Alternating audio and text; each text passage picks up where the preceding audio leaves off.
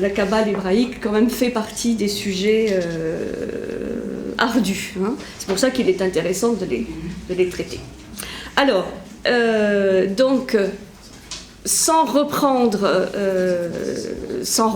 ce que j'ai fait la semaine dernière, on peut dire quand même, pour se remettre un petit peu dans le bain, qu'un des sujets, hein, un des sujets ou un des problèmes, des thématiques auxquelles l'ésotérisme juif doit faire face, du fait de la rencontre entre le monothéisme biblique, hein, la révélation biblique et la pensée grecque, un des problèmes donc, essentiels, c'est la nature de Dieu, quelle est la nature divine et quelle est la nature des attributs éventuels, des noms, des qualificatifs de cette entité divine. Donc, par exemple, quel rapport établir entre l'idée de Dieu conçue par les philosophes grecs, que ce soit les idées archétypales d'un Platon, que ce soit le moteur immobile d'Aristote, ou l'un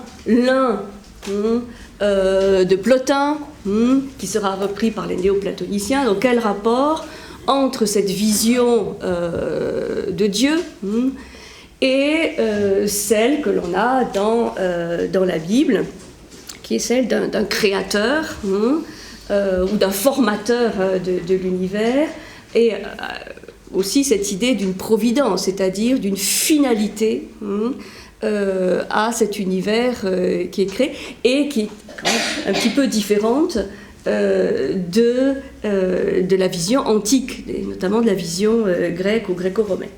Donc il y a dans la Kabbale, ce qu'on a aperçu la semaine dernière, un souci d'élever Dieu au-dessus de tout ce qui pourrait le rabaisser à un niveau trop humain. Donc il y a cette volonté de bien situer Dieu quand même au-dessus, dans une sphère supérieure, au-dessus de ce qui pourrait être perçu comme trop terrestre, trop matériel, trop humain. Mais en même temps, la Kabbale souhaite ne pas mettre de côté ou oublier le fait que Dieu se manifeste et agit parmi les créatures, dans le monde manifesté, concret, tel qu'on le connaît. Donc, il y a une double exigence. Et on peut dire que c'est à cette double exigence que répond la distinction qu'on a vue, mais qu'on va évidemment revoir aujourd'hui, entre le fameux concept d'En Sof, ou Ein Sof,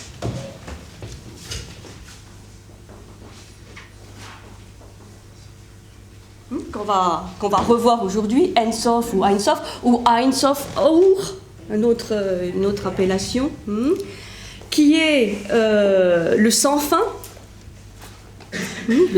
donc l'illimité, l'infini, et quelque part le caché, l'innommable, qui est l'expression d'une transcendance absolue.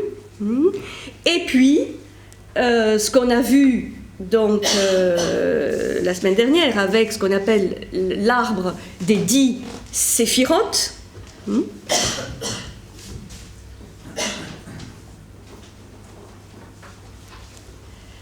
Séphirote, qui vient aussi de cette racine sépher, qui veut dire compter, dénombrer, et ces 10 séphirotes que l'on va trouver dans un des ouvrages clés de la Kabbale, qui est le Sefer Yetzira, le livre de la création ou de la formation, sur lequel je ne reviendrai pas aujourd'hui, mais on va voir qu'il y a beaucoup d'auteurs qui vont le reprendre.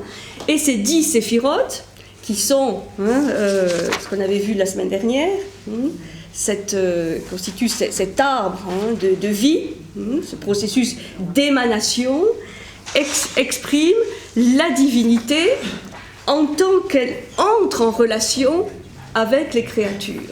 c'est-à-dire que là, on n'est plus dans le domaine d'Ensof, de l'Inde, de l'infini, mais dans un processus d'émanation et donc de lien entre le monde d'en haut et le monde d'en bas, le monde vraiment symbolisé par Malkout, qui est l'univers tel qu'on le connaît. Alors, ça, c'est le grand enjeu qu'on trouve donc, dès les premiers siècles dans le Sefer Yetzira, qui nous explique qu'il y a 32, vous vous rappelez, voies de sagesse, ou chemins de sagesse, qui sont constitués donc de ces 10 séphirotes, qui sont, comme on l'avait vu, rangés en piliers et aussi en piliers verticaux, en colonnes, en 3 colonnes, mais aussi en 4 plans horizontaux, superposés, et les 22 canaux qui se relient entre elles et qui relient aussi les séphirotes dans une unité, une totalité organique, et qui sont aussi évidemment liés aux 22 consonnes, aux 22 lettres de l'alphabet hébreu, puisque l'alphabet hébreu est constitué de 22 lettres qui sont toutes des consonnes, qui sont aussi associées à des nombres. Ce qui va donner aussi toute une spécificité à la Kabbale hébraïque, qui est une interprétation des textes et des noms à partir de leur équivalent numérique, à partir de leurs équivalents mathématiques. Bon. Alors, ces séphirotes, cette notion de séphirotes et cette nature des séphirotes va être comprise de manière assez variée selon les kabbalistes. Donc on a déjà évoqué un petit peu ça la semaine dernière. Certains les considèrent, ces séphirotes au pluriel, séphira au singulier, comme 10 puissances de l'émanation ou de la manifestation du divin, c'est-à-dire considérées comme vraiment des entités liées au pouvoir, à la puissance divine. Donc c'est une manière de considérer les séphirotes comme des puissances d'émanation, de manifestation, de concrétisation. D'autres les voient, alors là il y a vraiment des variantes, comme constituant l'essence du divin. L'essence, c'est-à-dire vraiment comme constituant en fait presque l'essence de l'unité divine. Donc là il y a une vision un peu plus abstraite qui peut être donnée aux séphirotes, ou seulement, il y a aussi une autre manière de les considérer comme de simples instruments ou des outils de l'activité divine. Donc, vous voyez, un statut qui est plus ou moins métaphysique, plus ou moins abstrait, selon les auteurs. Elles correspondent aussi, et ça c'est important à savoir, aux différents noms divins, puisque le divin a de multiples noms. Et ça, on n'a pas trop étudié, c'est dans le petit schéma que je vous avais donné. Vous verrez qu'à chaque séphirote, chaque séphira est associé un nom de Dieu différent. Jéhovah étant par exemple l'un des noms, mais il y a une multiplicité de noms divins par lesquels on peut donc appeler ou invoquer, évoquer le divin. C'est aussi, les séphirotes, une totalité. C'est vu comme une totalité où s'exprime l'unité divine sous une forme dynamique. Donc, c'est à la fois une unité et une multiplicité. Et ça nous renvoie au fameux problème qui est, on pourrait dire, le problème majeur, en fait, tant de la philosophie que de l'approche religieuse, qui est de relier, de concilier la notion d'unité, le un, et le multiple. Et ça reste un problème complètement ouvert aujourd'hui, puisque même si ça fait plus de 3000 ans qu'on se pose cette question, peut-être même encore plus, en tout cas, point de vue philosophique, il n'est pas dit que dans les siècles millénaires à venir, on ne trouve pas d'autres explications. Comment concilier, comment relier l'un et le multiple, hein, vous vous rappelez qu'avec les présocratiques, et notamment avec Héraclite ou le fameux Parménide, on était déjà dans cette problématique-là. Donc les séphirotes sont aussi, c'est une expression du judaïsme hébraïque, de relier dans une totalité, donc dans une certaine unité, une unité, mais aussi une unité multiple, une unité triple, une unité septénaire, ou une unité décalogique, fondée sur le nombre 10. Donc 3, 7, 10 sont toujours des nombres clés pour relier justement cette idée d'unité et de multiplicité.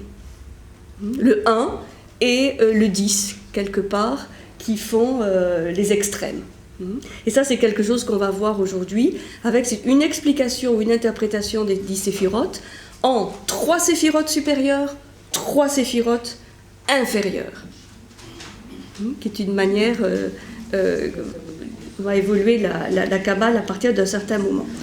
C'est aussi considéré comme un arbre de vie, c'est-à-dire quelque chose de vivant, puisque c'est un flux divin, il n'a pas émané une fois pour toutes, c'est un processus d'émanation continue, où l'influx divin doit sans cesse se déverser dans l'univers, dans l'homme, pour maintenir l'univers et les êtres dans l'existence. C'est-à-dire, il n'y a pas une création faite une fois pour toutes, mais il y a une nécessité pour cet influx divin de constamment irriguer toutes ces strates de l'univers et jusqu'à notre univers qui est Malkout, dans lequel est compris les espèces animales, végétales, minérales et humaines que nous connaissons.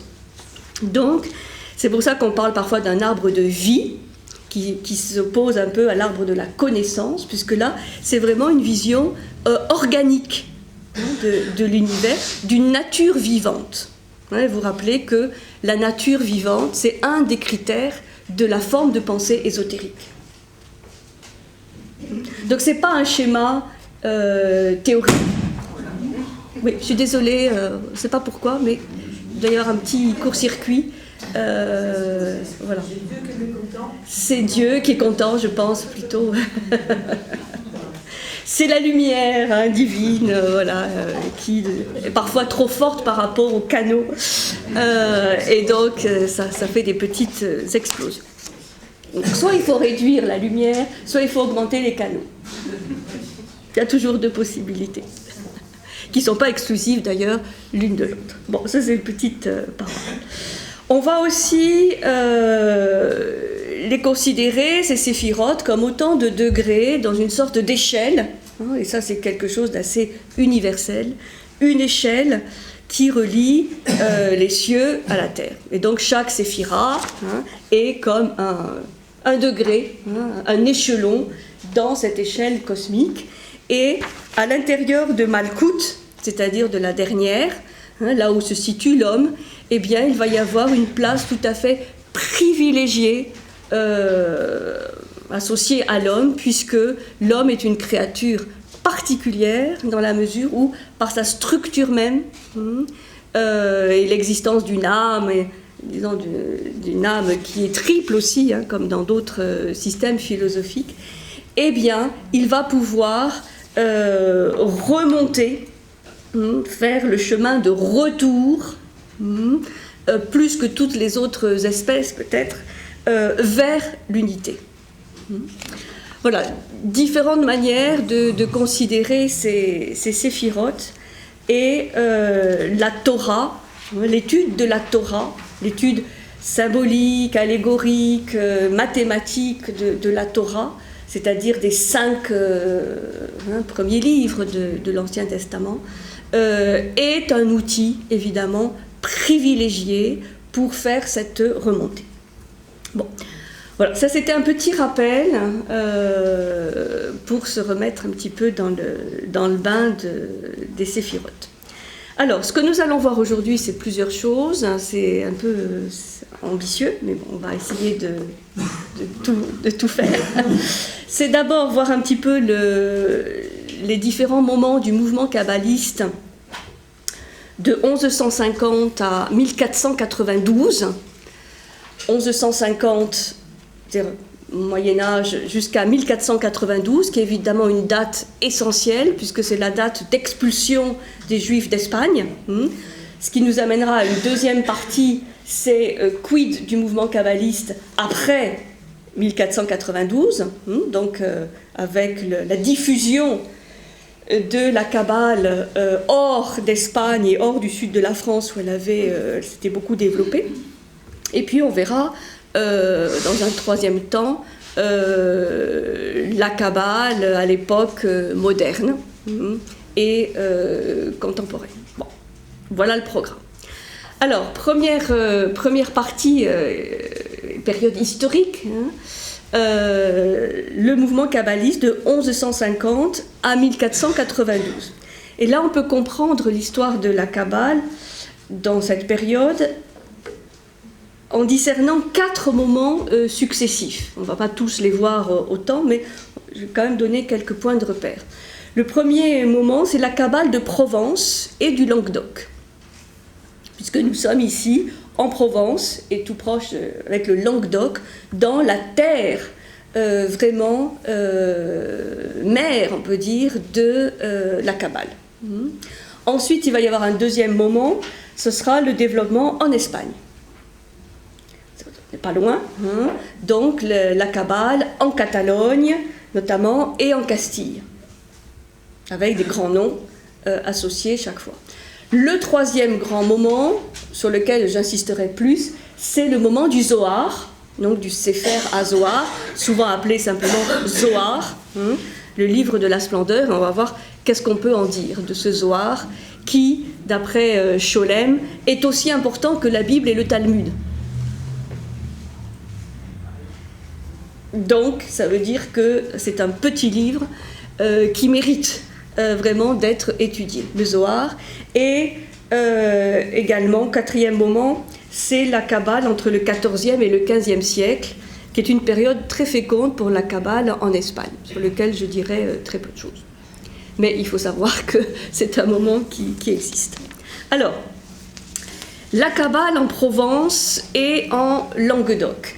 Quand on parle de la Kabbale, c'est souvent une expression qu'on trouve dans les textes, chez les auteurs qui ont étudié l'histoire de la Kabbale de Provence et du Languedoc. Quelles villes particulières sont concernées par ces mouvements et ces courants et ces écoles kabbalistes? En Provence, on a Arles, la ville d'Arles, la ville de Cavaillon, Carpentras, Saint-Rémy de Provence, toute cette région-là, proche des Alpilles. Donc là va se développer donc, ces courants et ces auteurs. Et par rapport au Languedoc, là on a beaucoup de villes célèbres. La première, peut-être la plus célèbre, c'est Narbonne, où il y avait une école très prestigieuse de Kabbale, mais aussi d'autres villes comme Lunel, Posquières, qui s'appelle aujourd'hui Vauvert, qui est près de Nîmes. Donc Lunel, c'est pas très loin de Nîmes non plus. Posquières. On a aussi, plus vers les Pyrénées, Béziers, Carcassonne, et Montpellier aussi, où il y a eu toute une tradition kabbaliste. Donc, c'est-à-dire qu'on est ici vraiment dans une région très riche, tant des deux côtés du Rhône, Languedoc et Provence, pour étudier cette histoire de la Kabbale, notamment au Moyen-Âge, entre le XIIe et le XVe siècle. Alors, une compilation de textes est effectuée en Provence, justement, entre 1150 et 1200. C'est ce qu'on appelle, ce que je vous ai marqué tout en haut, le Sefer HaBahir. Le Sefer HaBahir, qu'on appelle donc de manière plus simple le Bahir, et qu'on traduit par le livre de l'éclat, ou le livre de la clarté. La traduction la plus commune, c'est le livre de la clarté, et c'est le premier document que nous ayons de cette période. Alors, ce document, c'est quoi? Eh bien, c'est de manière tout à fait traditionnelle un midrash, c'est-à-dire une interprétation, commentaire des textes de l'écriture sous la forme de sentences ou d'exposés, exactement comme dans la tradition rabbinique ou talmudique classique. On prend des morceaux, des versets de l'écriture et on essaie de les comprendre, de les interpréter, de les commenter. Alors, il va reprendre ce Bahir des éléments du Sefer Yetzira, c'est-à-dire du livre de la formation qu'on a vu. Donc là-dessus, il va y avoir évidemment une continuité par rapport à ce texte du Sefer Yetzira qui est beaucoup plus ancien, qui date du 3e, 4e siècle de notre ère. Mais ce qu'il y a de nouveau, c'est qu'on va trouver des éléments très proches de ceux qu'on trouve dans la gnose chrétienne, des thématiques et des images très semblables, enfin qui se rapprochent énormément de ce qu'on a vu dans les thématiques gnostiques de la gnose chrétienne. Alors, là-dessus, c'est un sujet très complexe, les rapports entre la gnose chrétienne, ou le gnosticisme aussi, qui est, vous vous rappelez ce courant mystique et gnostique apparu au sein du christianisme vers les 2e, 3e siècles. Donc les rapports entre la gnose, le gnosticisme et le judaïsme. C'est un sujet qui a fait beaucoup couler d'encre et qui est là aussi complètement ouvert, puisqu'il semblerait qu'il y ait dans ces premiers siècles de l'ère chrétienne des influences réciproques entre la gnose chrétienne et le judaïsme et la gnose chrétienne et aussi le gnosticisme. Voilà. Je vous renvoie, il y a dans ce petit que sais-je qui est très bien fait sur la Kabbale, il y a tout un petit chapitre qui explique que c'est un sujet sur lequel il faut être extrêmement prudent, parce que effectivement c'est un sujet disons complexe pour savoir qui aurait influencé qui. En tout cas, il semble aujourd'hui, dans l'état actuel de nos connaissances, qu'il y ait pu y avoir une influence vraiment réciproque entre une gnose judaïque et la gnose chrétienne. Puisque le Dieu dont nous parle le Bahir, donc ce fameux texte, est représenté par des forces cosmiques articulées les unes aux autres dans l'arbre de vie, donc ça c'est pas spécifique, mais les séphirotes se métamorphosent en éons. Vous vous rappelez éons, ce terme employé par la gnose chrétienne, c'est-à-dire en entité spirituelle, lumineuse, et donc là il y a comme une appropriation des termes de la gnose chrétienne par le judaïsme. Et il est possible aussi qu'à l'inverse, la notion des séphirotes, de ces réceptacles de lumière, ait influencé les gnostiques chrétiens. Pour voir qu'à un certain niveau de cette forme de pensée ésotérique, il y a vraiment des cloisons, on peut dire, entre religions, entre systèmes religieux, qui s'effacent. Qui s'effacent parce qu'il y a vraiment des concepts et des images communs, au-delà de la spécificité ou des différences évidemment religieuses. Donc, ces séphirotes, on les appelle des éons, des lumières, des puissances, des hypostases, des formes saintes. Et là, ça nous rappelle vraiment le langage gnostique.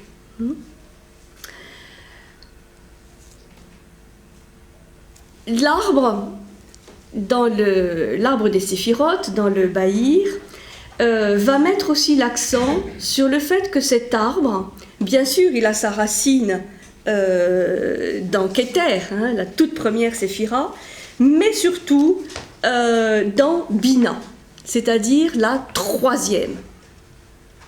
C'est-à-dire que là, il va y avoir une distinction faite par le Bahir qui n'est pas faite par le Sefer Yetzira entre les séphirotes supérieurs, les 3 supérieurs, et les 7 inférieurs.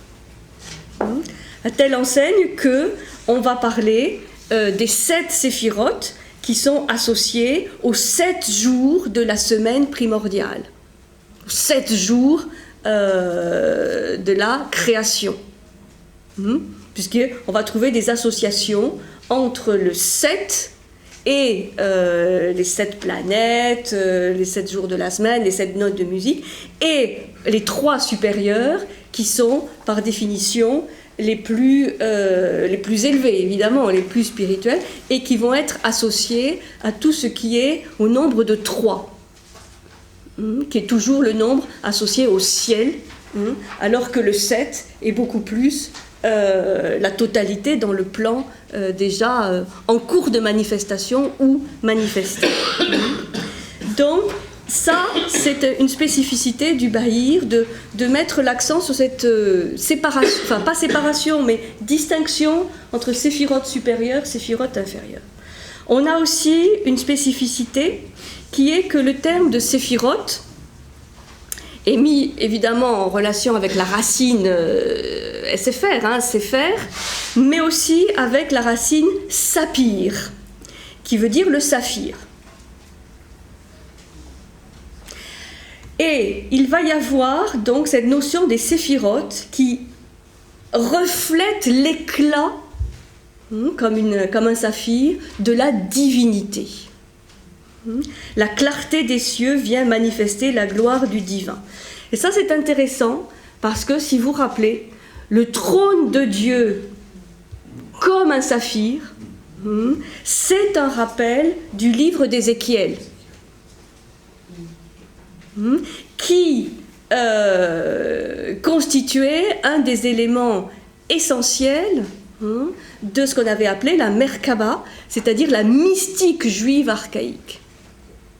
Tout ça pour dire que le Bahir est une sorte de synthèse, mais vraiment synthèse entre guillemets, il faut être très prudent, entre les éléments les plus archaïques de la mystique juive, donc la Merkaba, et le Sefer Yetzira, avec la notion de création, de formation et de cet arbre des séphirotes. Un autre élément essentiel dans le Bahir, c'est l'union du masculin et du féminin. Parce que vous vous rappelez que dans les séphirotes, il y a le pilier de la miséricorde qui est masculin, le pilier de la rigueur qui est féminin, et le pilier de l'équilibre, qui est évidemment très important, puisque c'est l'équilibre entre les deux extrêmes, et qui comprend les 4 séphirotes du milieu. Ça, c'est quelque chose sur lequel va toujours insister la Kabbale, cette notion d'union et pas d'opposition entre le masculin et le féminin. Et là-dessus, ils vont répondre justement à certains représentants gnostiques qui, eux, vont voir dans le masculin et le féminin plus une opposition qu'une complémentarité ou qu'une union. Là-dessus, la Kabbale n'est pas dualiste. Ça, c'est vraiment très très important. Et donc une certaine forme de dualisme qu'on trouve chez certains gnostiques, ce qui va donner le manichéisme, est absolument absent, inexistant dans la Kabbale. Bon. La figure centrale de cette Kabbale de Provence et du Languedoc, c'est un certain Isaac l'aveugle. Isaac l'aveugle, dont les dates c'est 1165-1235, donc 12e, 13e siècle, et c'est un kabbaliste extrêmement réputé. Là, toutes les personnes dont je vais vous parler aujourd'hui, même si on ne les connaît plus forcément très bien aujourd'hui, étaient des auteurs hyper célèbres et reconnus à leur époque. Hein, ils avaient commenté et ils avaient donc des cénacles autour d'eux, d'études et d'interprétations. Donc lui, disons,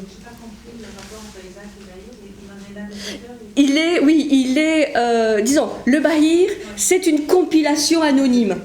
Hein, c'est une compilation qui n'est pas associée à un auteur particulier. Mais c'est donc un texte caractéristique de cette Kabbale de Provence et du Languedoc, dont un des représentants les plus célèbres est Isaac l'Aveugle.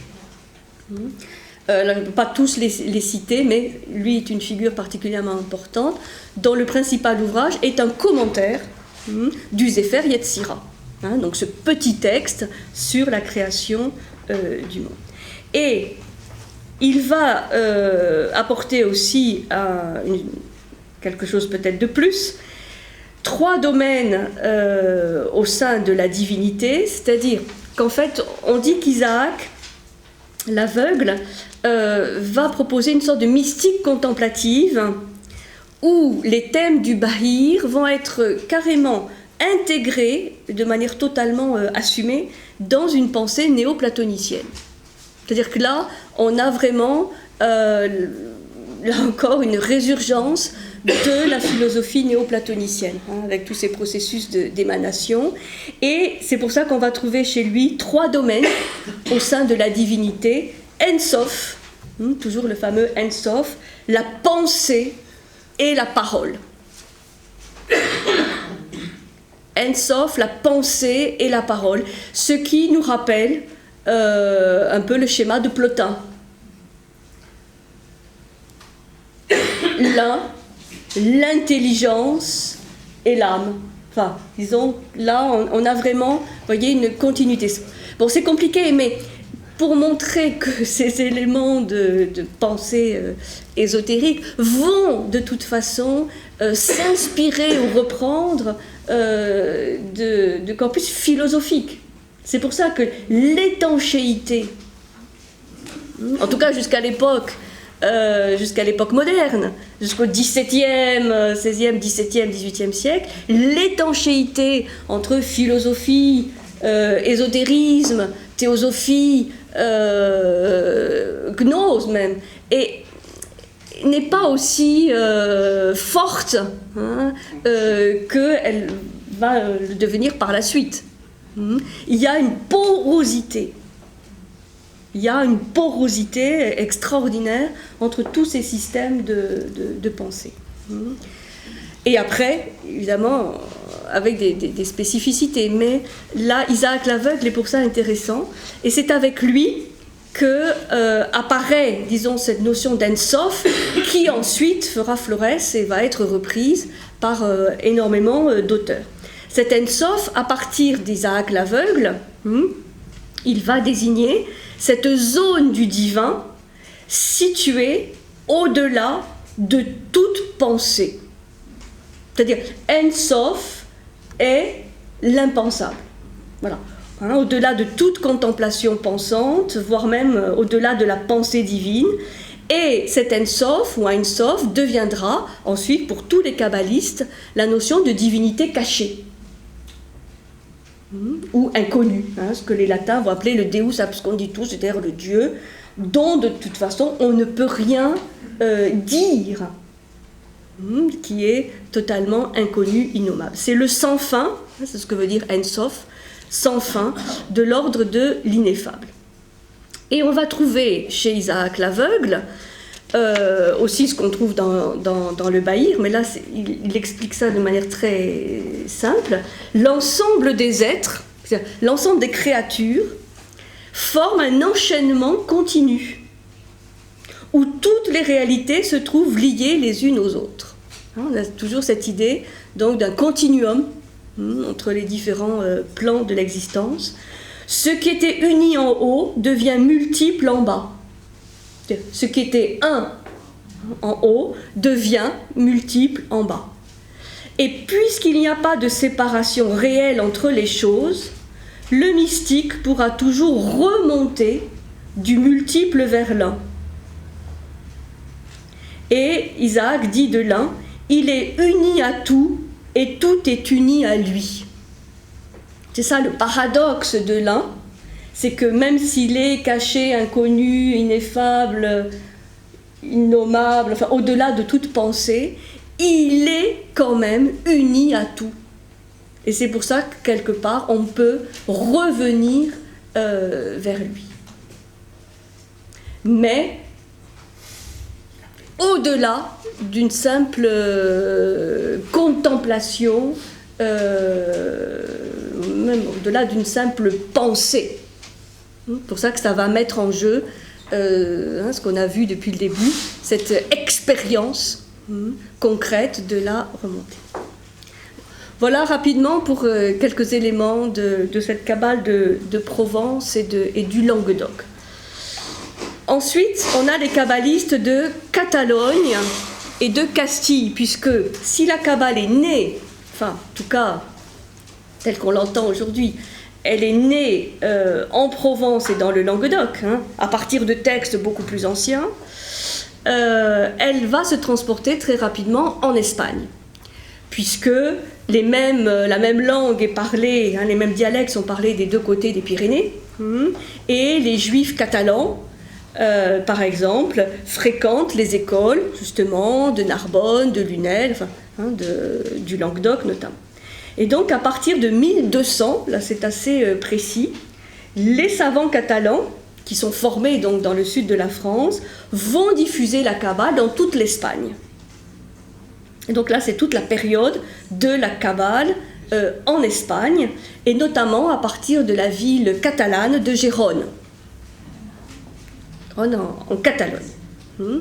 Et là, donc, grand développement de la Kabbale dans toute l'Espagne, donc pas simplement en Catalogne, mais aussi après en Castille, toute l'Espagne, et ce qui permet aussi de comprendre le fondement de ce qu'on appellera plus tard l'Al-Andalus, c'est-à-dire cette période de l'Andalousie où cohabitent, coexistent, pas toujours dans la paix qu'on a voulu nous présenter, mais en tout cas coexistent quand même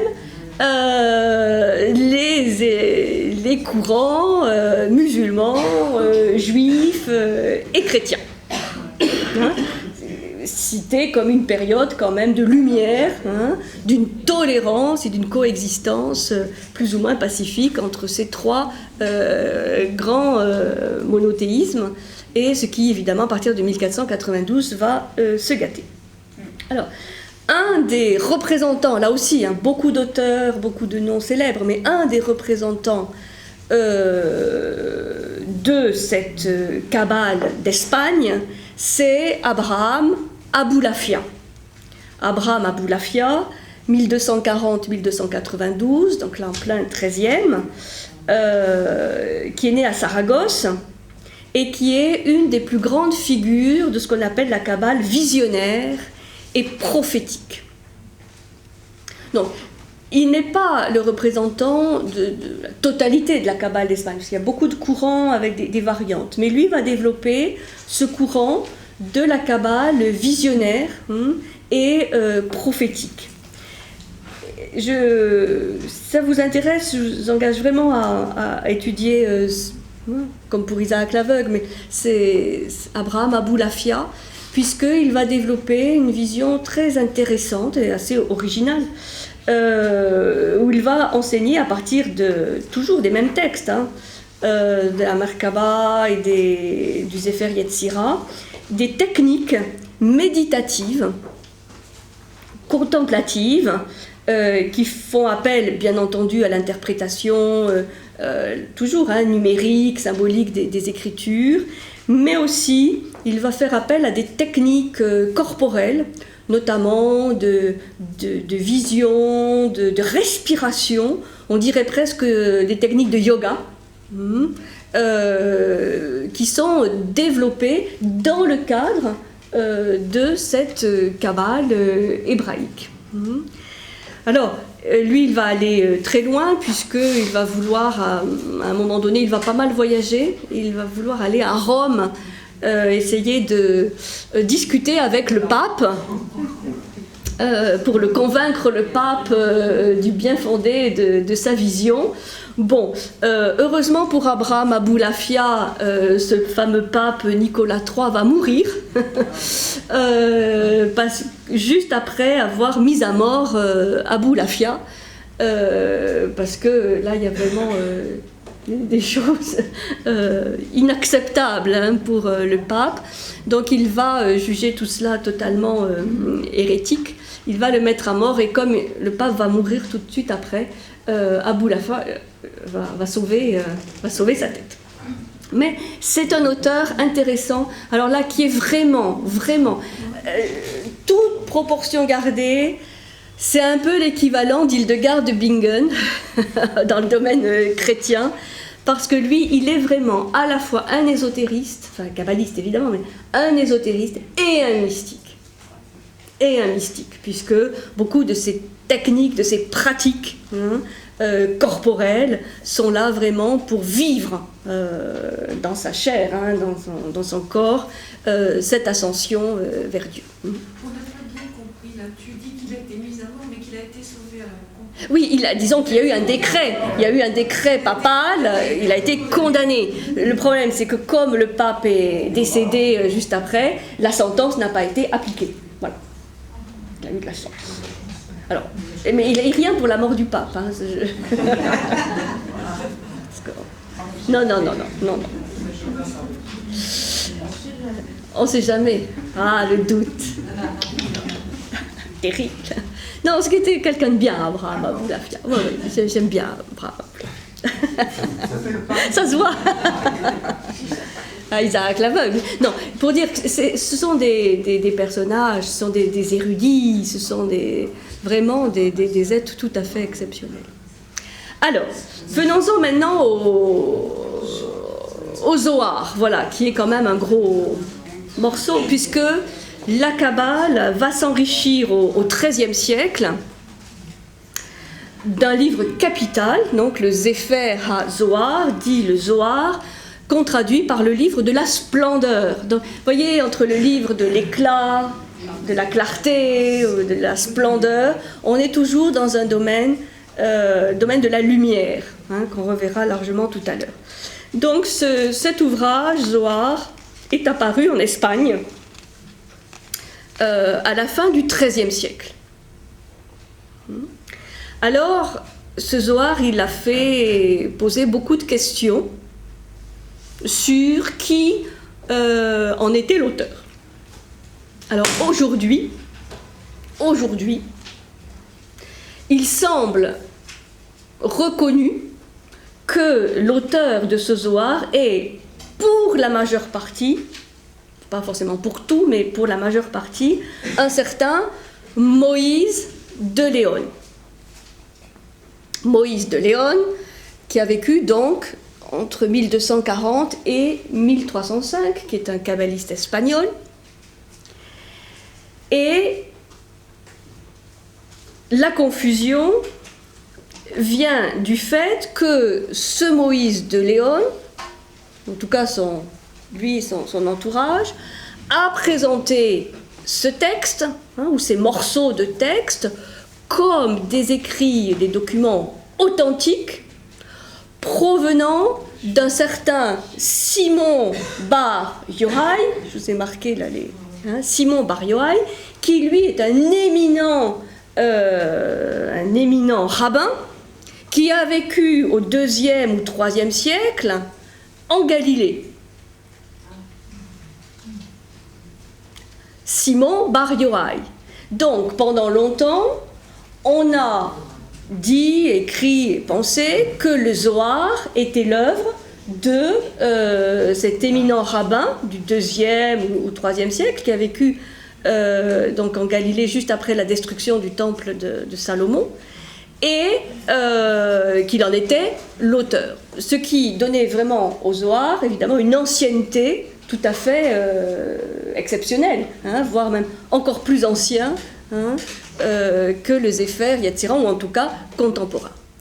Alors, ce qui se passe, c'est que effectivement, de 1293 à 1305 à peu près, circulent des copies, en tout cas de la partie principale du Zohar, le cœur du Zohar, et c'est présenté comme une œuvre authentique, recueillie par les disciples de Simon Bar Yohai. Pas forcément écrit par lui, mais comme souvent recueilli par des disciples qui auraient été en contact direct avec lui.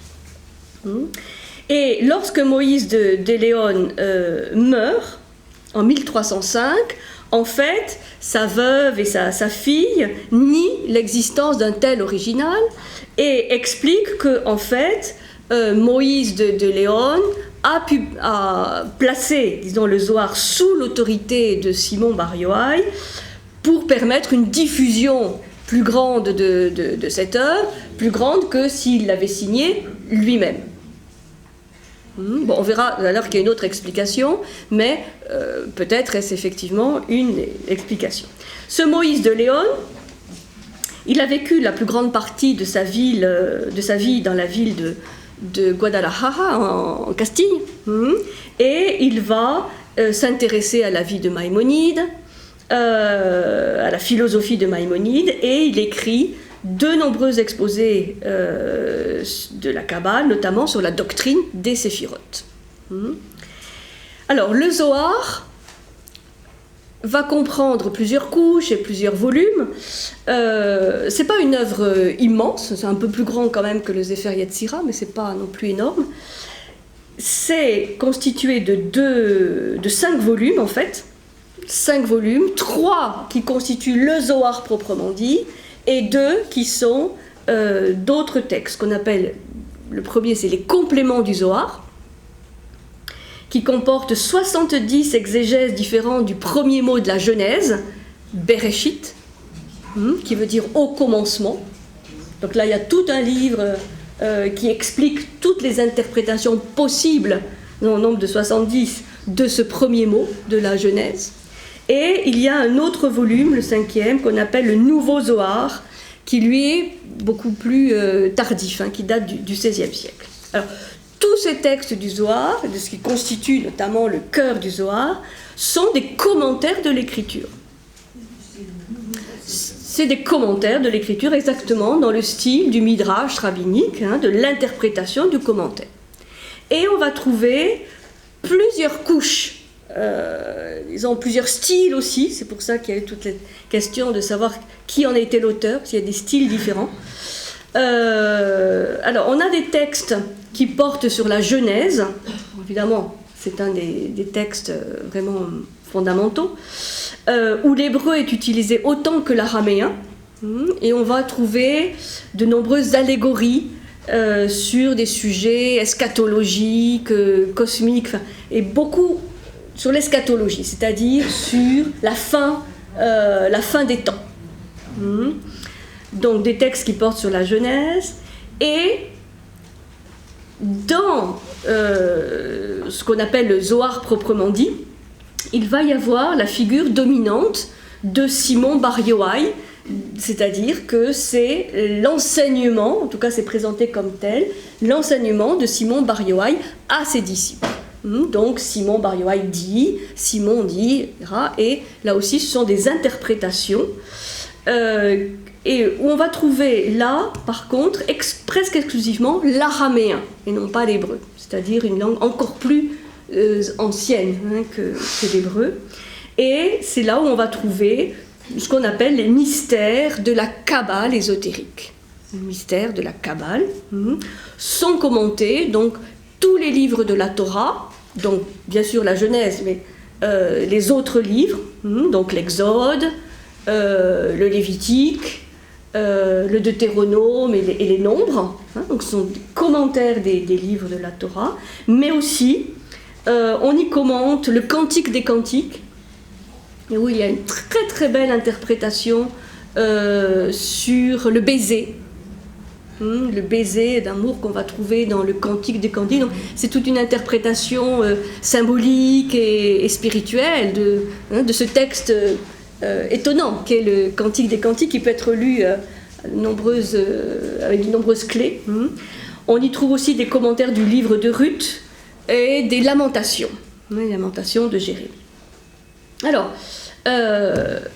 il semble aujourd'hui, comme je disais, et ça je me réfère à Scholem qui a beaucoup travaillé le sujet, Moïse de Léon semble être bien l'auteur de la majeure partie du Zohar, et en fait, il aurait recouru à cette autorité d'un rabbin prestigieux du IIe siècle, pas simplement pour mieux diffuser ses idées et son texte, même si probablement ça fait partie, mais surtout pour s'opposer à la diffusion du rationalisme qui s'était répandu parmi les intellectuels juifs. Et là, c'est ce que je vous avais expliqué la semaine dernière, c'est un peu une réaction à l'œuvre de Maïmonide, du fameux Guide des égarés, que certains considèrent vraiment comme trop rationnel, trop abstrait, trop versé dans la contemplation pure, et pas assez dans une expérience concrète du contenu de ce livre. Et donc il explique que certains intellectuels juifs avaient rompu avec la tradition et même avec l'observance des prescriptions religieuses, puisque certains ont pu comprendre dans le Guide des égarés de Maïmonide qu'il y avait une double foi. C'est un petit peu aussi ce qu'on va retrouver dans certaines interprétations d'Averroès, c'est-à-dire une foi pour le peuple et une foi pour l'élite. Et que l'élite connaissante pourrait se passer en fait de l'observance des règles et des lois de la religion, parce que se situant au-dessus. Alors, est-ce que c'est exactement ce que Maïmonide a voulu dire? On ne sait pas, mais en tout cas, c'est en germe dans son ouvrage, et c'est ainsi que certains ont pu le comprendre. Donc, se situant au-dessus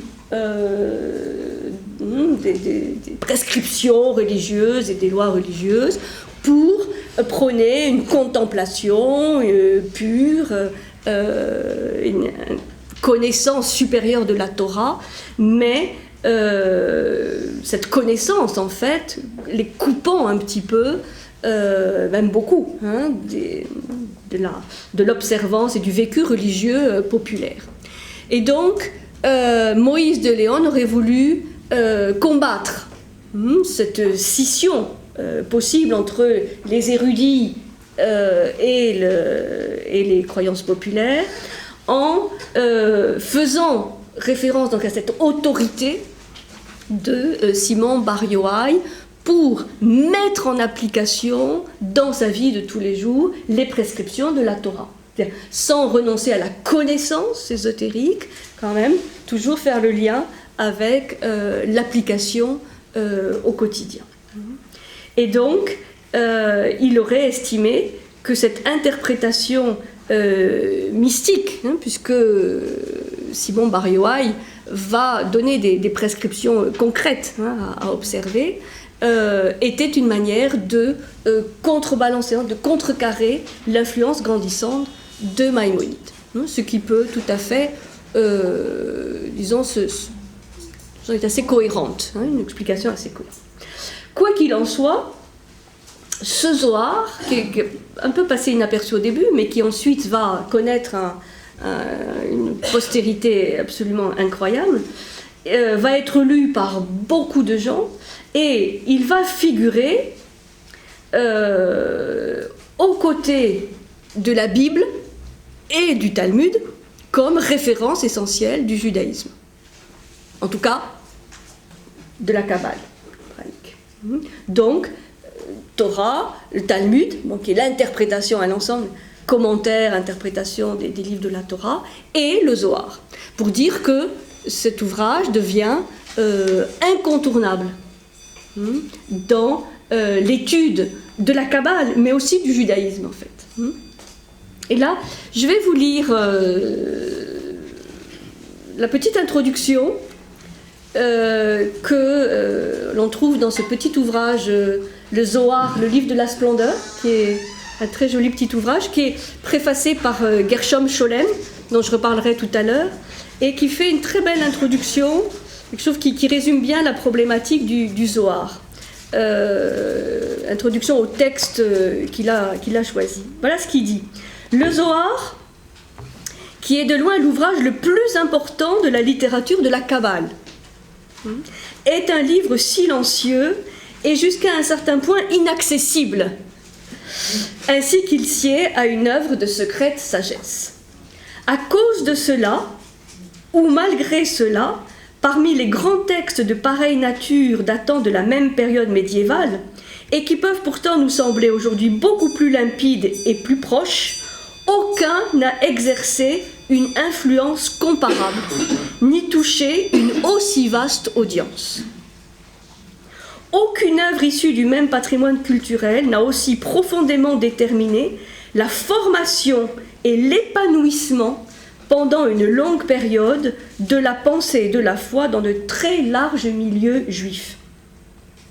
Aucune autre non plus n'a été reconnue 3 siècles durant, de 1500 à 1800 environ, comme une source de doctrine et de révélation jouissant d'une autorité égale à celle de la Bible ou du Talmud et de même rang canonique. Vous voyez là, il va vraiment très loin par rapport au statut de ce Zohar. Il est vrai en revanche que le livre du rayonnement, ou comme on l'appelle le plus souvent en français, le livre de la splendeur, ne s'est pas imposé d'emblée. Le guide des égarés de Maïmonide, dont le Zohar constitue l'antithèse presque point par point, avait au contraire dès sa publication troublé les esprits, provoquant l'enthousiasme ou la consternation. Là il parle du guide des égarés. 2 siècles plus tard, cette influence devait commencer à décliner, jusqu'à disparaître à peu près complètement de la conscience populaire. Ce n'est qu'à la fin du XVIIIe que les Juifs éclairés le remirent en honneur. Là, il parle du guide des égarés de Maïmonide. Il en alla tout autrement du Zohar, qui longtemps demeura méconnu. Pendant plus d'1 siècle, il ne suscita pratiquement aucun intérêt. C'est lentement mais sûrement que l'influence du Zohar s'accrut. Lorsque les groupes qui l'avaient adopté se révélèrent au milieu des orages de l'histoire juive, porteurs d'un nouveau comportement religieux, qui ne devait guère tarder à détrôner l'ancien, le Zohar prit la dimension historique d'un texte sacré et vint compléter à un autre degré de conscience la Bible et le Talmud. Ce caractère inspiré lui a été attribué jusqu'à nos jours par de nombreux cercles juifs d'Europe de l'Est et d'Orient. Plus tard, au siècle des Lumières et du rationalisme triomphant, on l'a accusé d'être le livre des mensonges qui aurait obscurci la pure lumière du judaïsme.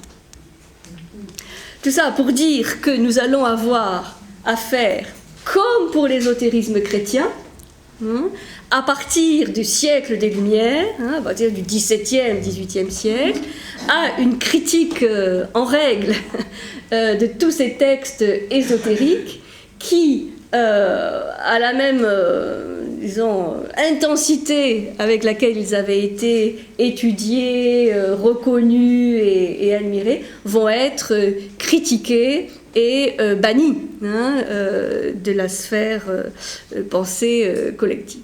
Ça va toucher toutes les formes de pensée ésotérique, chrétienne, judaïque et aussi de l'islam.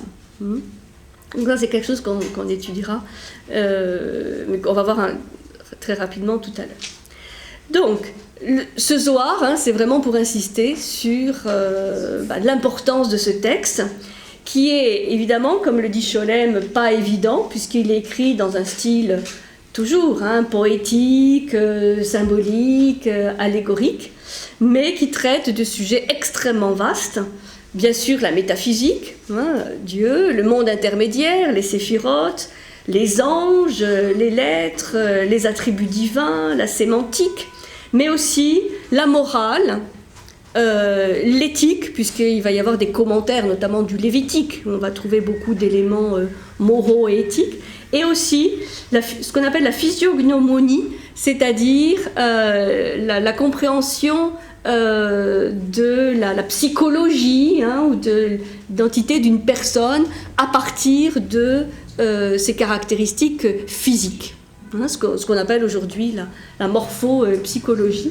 Donc on va trouver aussi dans le Zohar, vous voyez, des traités aussi des textes aussi concrets que ceux-là. Vous êtes prêts ? Oui. Ah, oui. Donc, un premier texte du Zohar.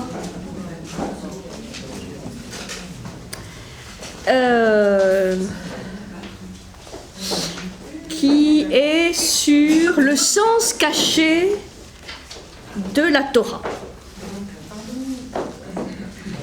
Je vous conseille ce petit, si ça vous intéresse, le Zohar, c'est un petit livre très, très accessible avec des extraits choisis et présentés par Scholem. Alors, le sens caché de la Torah.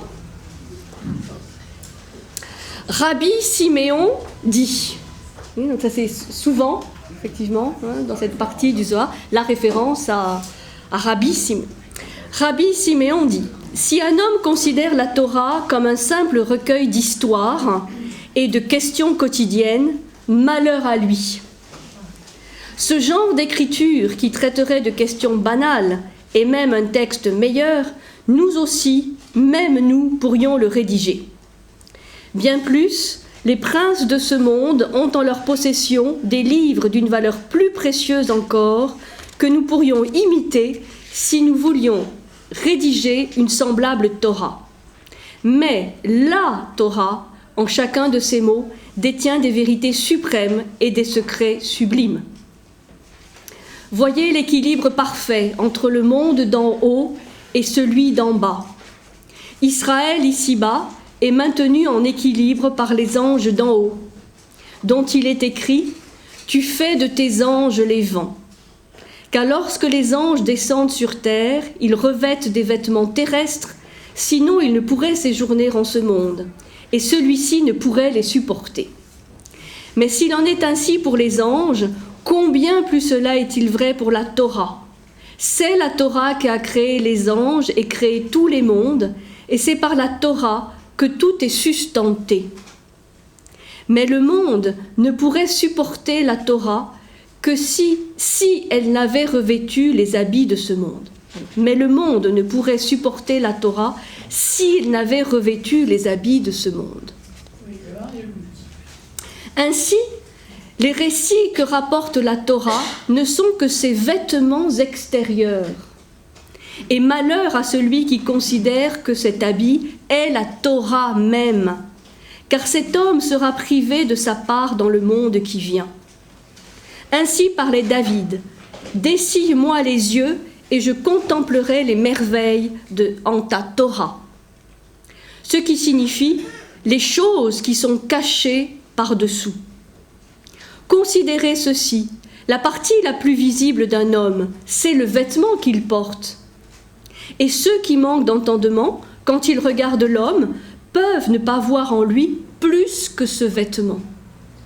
Pourtant, c'est en réalité le corps de l'homme qui fait la fierté de ses vêtements, et son âme est la gloire de son corps. Il en est de même pour la Torah. Ces récits qui rapportent des choses du monde composent l'habit qui couvre le corps de la Torah. Et ce corps est formé des préceptes de la Torah. Les hommes sans entendement ne voient que les récits, les vêtements. Ceux qui ont un peu plus de sagesse voient également le corps. Mais les véritables sages, ceux qui servent le roi Très-Haut, ceux qui se tenaient au mont Sinaï, pénètrent jusqu'à l'âme, jusqu'à la Torah véritable, qui est la racine fondamentale de tout. Au temps futur, il leur sera accordé de pénétrer jusqu'à l'âme même de la Torah. Voyez maintenant comme il en va de même dans le monde céleste, avec le vêtement, le corps, l'âme et l'âme supérieure. Les vêtements extérieurs sont les cieux et tout ce qu'ils contiennent. Le corps est la communauté d'Israël et c'est le vase de l'âme, à savoir de la gloire d'Israël. et l'âme de l'âme est l'ancien saint.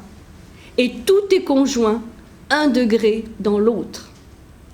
Malheur aux pécheurs qui prennent la Torah pour de simples fables concernant les choses du monde, ne voyant que le vêtement extérieur. Heureux les justes dont le regard pénètre jusqu'à la Torah même. Tout comme le vin doit être mis dans une cruche pour se conserver, la Torah doit être enveloppée dans un vêtement extérieur. Ce vêtement est fait de fables et de récits, mais nous devons pénétrer au-delà. La Torah qui fait l'inspiration, qui est censé l'avoir révélée aux hommes? La Torah, c'est une révélation, c'est écrit. C'est Dieu. Quelqu'un qui l'a traduit, On le sait. Enfin, c'est dit. Mais là, la Torah, on ne dit pas que c'est Moïse ou que c'est... C'est la révélation divine, oui. Mais Moïse a reçu quand même les 10 commandements, les tables de la loi qui ont été écrites. Hein. L'écrit est très important dans la religion juive. Donc, c'est comme tous les textes sacrés. C'est pas un texte sacré, la Torah. Oui, c'est la différence. Alors, ce qui est fondamental, il n'y a pas de texte sacré. Et là, elle pose une très bonne question, parce que historiquement, la Torah, c'est une compulsion de textes. Une compilation. Qui ont été en quelque sorte induits et introduits en Israël après le premier exil à Babylone. Et c'est Ezra qui, au retour de Babylone, avec les Massorètes, qui a en quelque sorte réécrit et réinterprété les textes. Mais la tradition dit que c'est Moïse qui l'aurait reçu avec le peuple d'Israël sur le mont Sinaï. Mais à mon sens, c'est un mythe. C'est un mythe fondateur, mais c'est un mythe.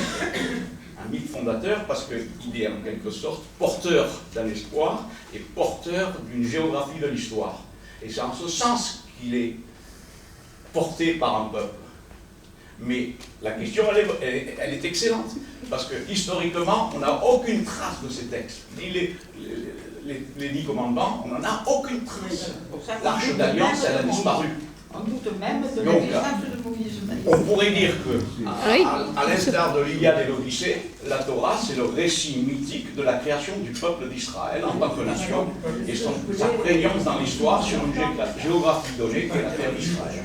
D'où l'allusion, en quelque sorte, à une religion qui est en même temps porteuse d'espoir, mais porteuse d'espoir dans une inscription dans l'histoire, c'est-à-dire comme témoignage d'une nation au milieu des autres nations. Ce qui nous ramène au sionisme actuel. Voilà. Point final. Voilà, c'est simple.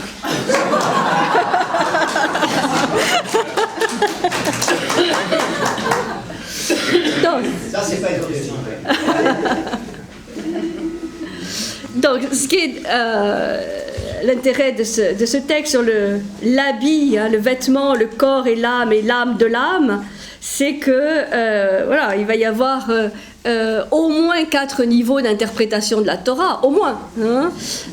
Celui voilà, qui s'attache et qui s'arrête aux vêtements, celui qui s'arrête au corps, celui qui va un petit peu plus loin à l'âme, hein, et puis celui peut-être à venir qui va s'intéresser à l'âme de l'âme. Et ceci est intéressant parce que ça nous rappelle évidemment les 3 niveaux d'interprétation d'Origène, relation avec pareil, hein, le corps, l'âme et l'esprit. C'est-à-dire que là on a vraiment quelque chose d'assez proche d'un des grands penseurs, pères de l'Église chrétienne, qui était Origène.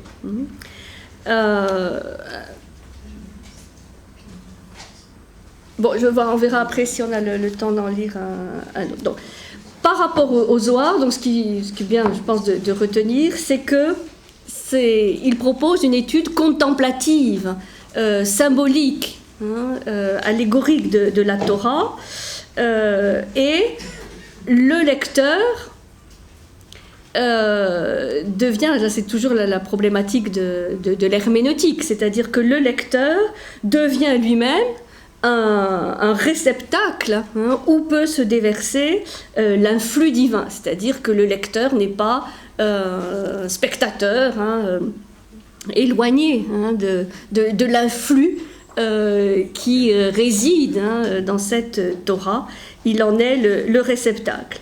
Et c'est ainsi que le lecteur de la Torah, comme il est dit dans le texte, celui qui va au-delà du vêtement, unit en lui les degrés les plus élevés des manifestations du divin à ses degrés les plus inférieurs. Il joue le rôle d'intercesseur, c'est-à-dire il devient un médiateur entre le monde divin et celui d'en bas. Et donc il partage ce statut, comme dit le Zohar, avec tous ceux qui sont en quête du sens ultime de la Torah, toujours chercher le sens plus profond, le moins évident, le plus caché de la Torah. Et c'est pour ça que l'interprétation de la Torah n'est jamais terminée. Elle reste ouverte. Ça, c'est ce qu'on retrouvera aussi dans certains courants de l'islam, où il y a l'idée, la doctrine de l'ouverture, de l'interprétation qui n'est jamais terminée. Il y a une image qui domine aussi les textes du Zohar, sur laquelle je reviendrai tout à l'heure, c'est l'image du déluge, qui va être une métaphore de la corruption universelle. Et le Zohar est parfois identifié ou associé à l'image de l'arche, qui va permettre quand même de procurer une connaissance salvatrice au milieu du chaos du déluge. Donc aussi ce Zohar comme une barque, comme une arche au milieu du chaos. Bon. Voilà, c'est rapide, mais c'est quelques éléments sur ce Zéfer à Zohar de Moïse de Léon.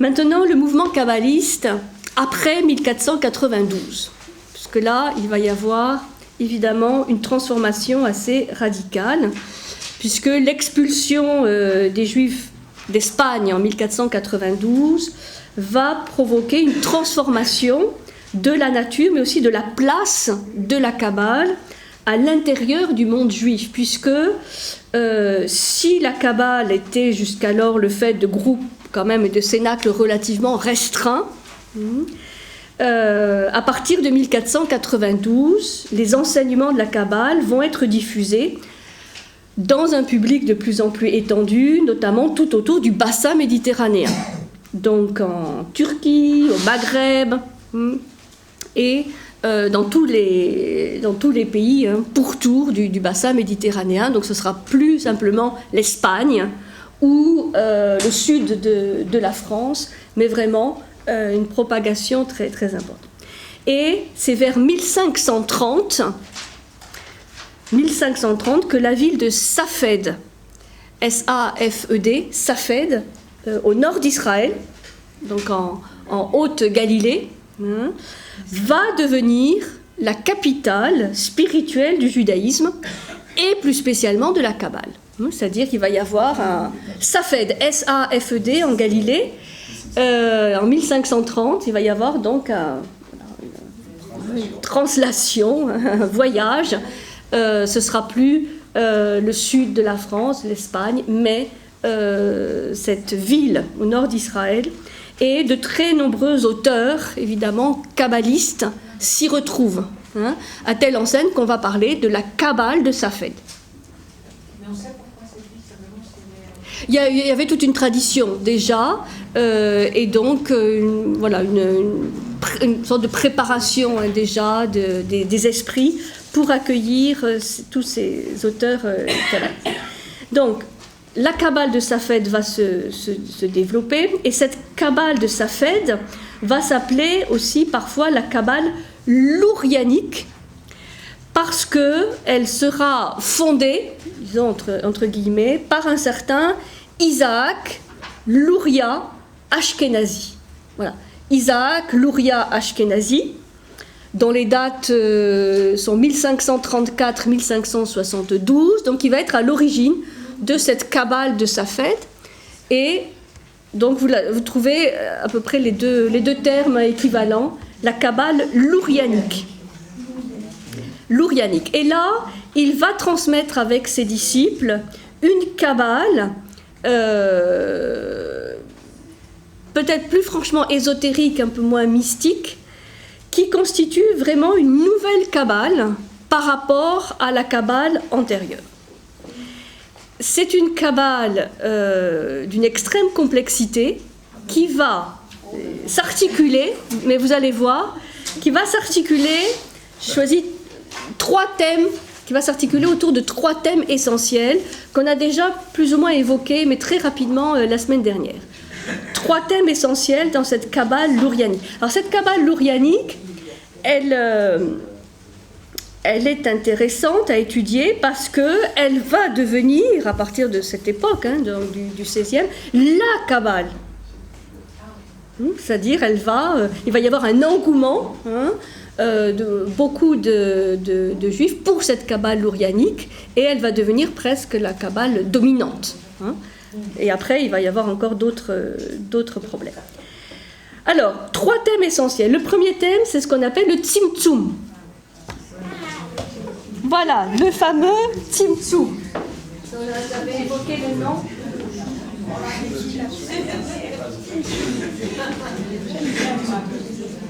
Donc ça, c'est assez facile à se rappeler. Tzimtzum.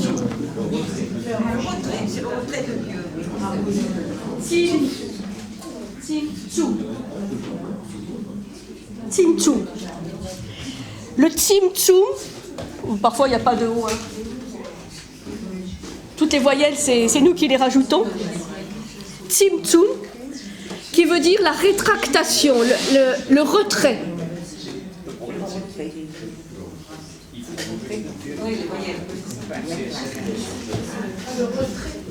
Alors ça, c'est l'écriture, évidemment. Voilà, vous enlevez les voyelles. Donc, tzimtzum. Voilà.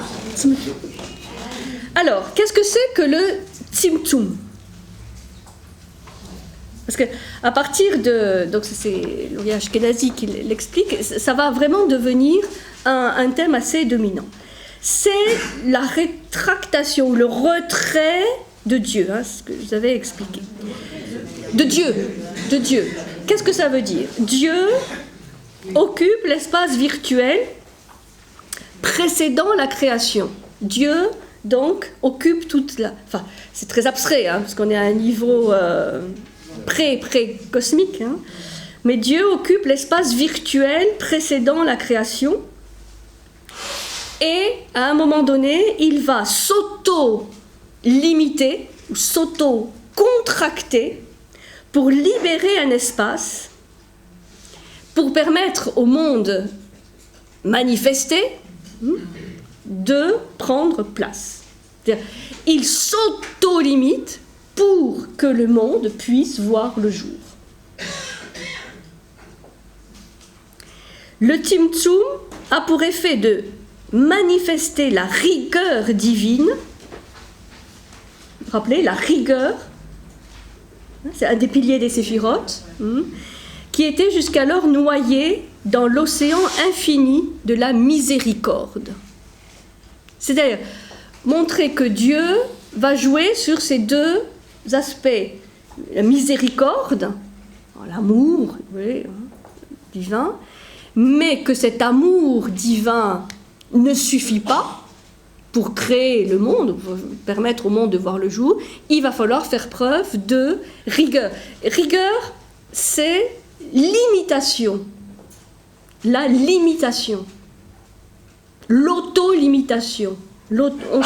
Dieu, quelque part, va se contenir lui-même.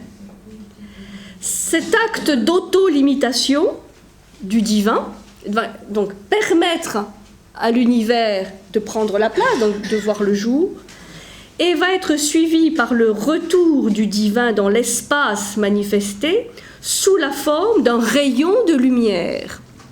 C'est-à-dire que Dieu se retire, s'auto-contracte, s'auto-limite, mais il sera toujours présent sous la forme extrêmement condensée du rayon de lumière.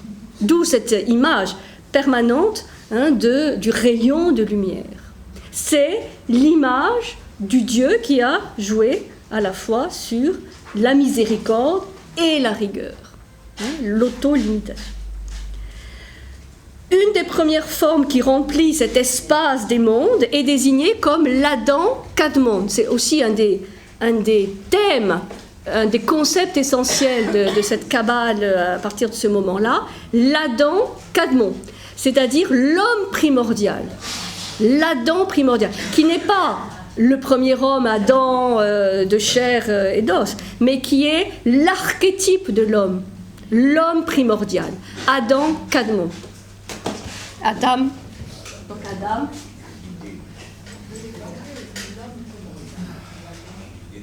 Kadmon ou avec un Q aussi. C'est le principe ou l'archétype de l'homme, c'est pour ça qu'on l'appelle aussi l'homme primordial, qui est un concept qui existe dans beaucoup d'autres traditions. En fait, l'Adam Kadmon, l'homme primordial, sert de médiation entre En-Sof, dont la lumière pénètre en lui, et la hiérarchie des mondes qui suivent. C'est l'homme médiateur par excellence, puisqu'on dit que les lumières des séphirotes éclatent par ses yeux, ses oreilles, son nez et sa bouche. C'est vraiment très intéressant parce que, toute proportion gardée, on a dans l'hymne du Rig Veda avec Purusha, l'homme primordial, quelque chose d'assez proche. Pour dire qu'il y a vraiment des images assez universelles. Et par rapport à Dieu, qui est cet homme primordial? Il est l'archétype de l'homme en tant que médiateur, en tant qu'intercesseur entre la divinité cachée, l'En-Sof, et le monde manifesté. Créé par Dieu. Oui, D'accord. oui, de toute façon, tout est le résultat de la contraction divine qui permet donc... C'est pour ça qu'au niveau de l'éthique, là, c'est ce que développe souvent Armand Abécassi, au niveau de l'éthique qu'on trouve dans le judaïsme, il y a souvent cette idée d'une auto-limitation pour permettre à l'autre de prendre la place. Il y a un lien avec l'altérité qui est vraiment intéressant. Pour que l'autre puisse exister, il faut s'auto-limiter, s'auto-contracter. Enfin, ça peut avoir des conséquences... oui, aussi avec l'altérité de Lévinas. Bon. Alors, l'Adam Kadmon, donc c'est aussi un concept de la Kabbale lourianique. La lumière est accueillie par des réceptacles, des vases. Donc ce rayon de lumière, il va être accueilli par autant de vases, de réceptacles, que sont les séphirotes. C'est-à-dire qu'à ce moment-là, les séphirotes sont vraiment comme des vases, comme des grâles, comme des coupes, qui vont recueillir à des niveaux différents cette lumière divine. Voilà, donc ça c'est le premier concept du Tzimtzum. Le deuxième thème qu'on va trouver, qui est très beau, c'est le thème du bris des vases. Il y a certains vases qui vont se casser. Tout ça est très métaphysique, mais c'est vraiment des très belles images. Le bris des vases. Que se passe-t-il? C'est vraiment une dramaturgie, cette histoire. Les 3 premiers vases accueillent les 3 premières séphirotes. Donc au niveau de Keter, Chokma, Bina, ça va. Mais la lumière des 7 autres jaillit d'un seul coup et les vases destinés à la recueillir se brisent. C'est-à-dire que le flux lumineux est trop puissant par rapport au réceptacle. Donc les vases se brisent. Les 7. Là, on trouve toujours cette distinction entre les 3 supérieurs et les 7 inférieurs. Et sous l'effet de ce bris, sous l'effet de cette cassure des vases, la plus grande partie de la lumière remonte vers la source.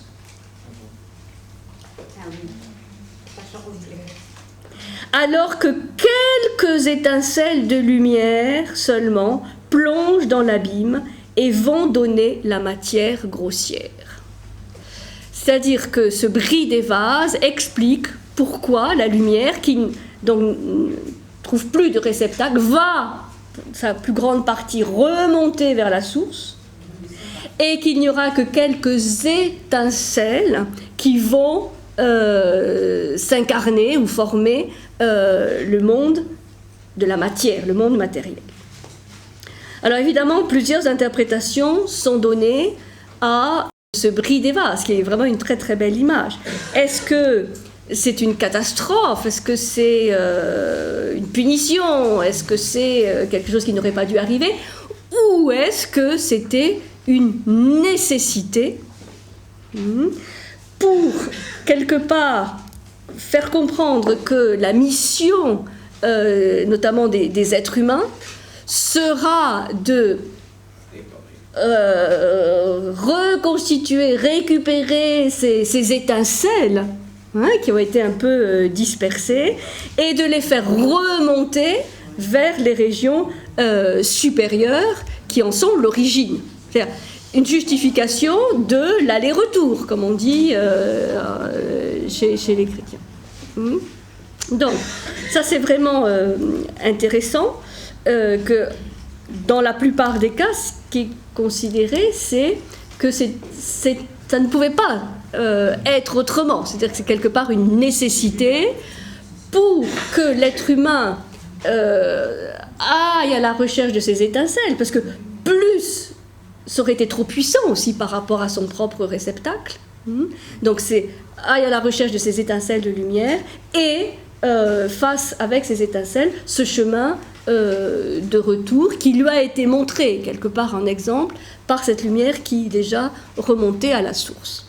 De toute façon, ça ne peut être que la volonté divine qui a résidé à tout ça. 30 secondes, oui. Mais ce qui est intéressant, c'est que on peut aussi se dire qu'il y a eu un loupé, il y a eu un raté, il y a eu une erreur. Mais vous allez voir avec le troisième thème, parce que ils vont très loin dans. C'est tout simplement élitiste. Toutes ces religions, elles sont élitistes maintenant. Et même les religions, c'était toujours des civilisations aristocratiques ou élitiques où il y a toujours la masse qui doit se démerder avec ça. Ça va, Nicole? Bon, je continue avec le troisième thème de la Kabbale lourianique, ce qu'on appelle le tikkun.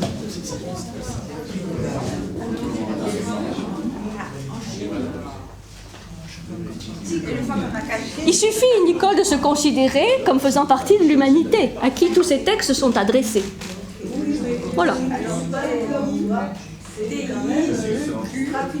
Ça, c'est comme ça que tu le vois. Le tikkun. Alors, vous voyez, c'était un peu exotique, hein, le tzimtzum, tikkun, enfin.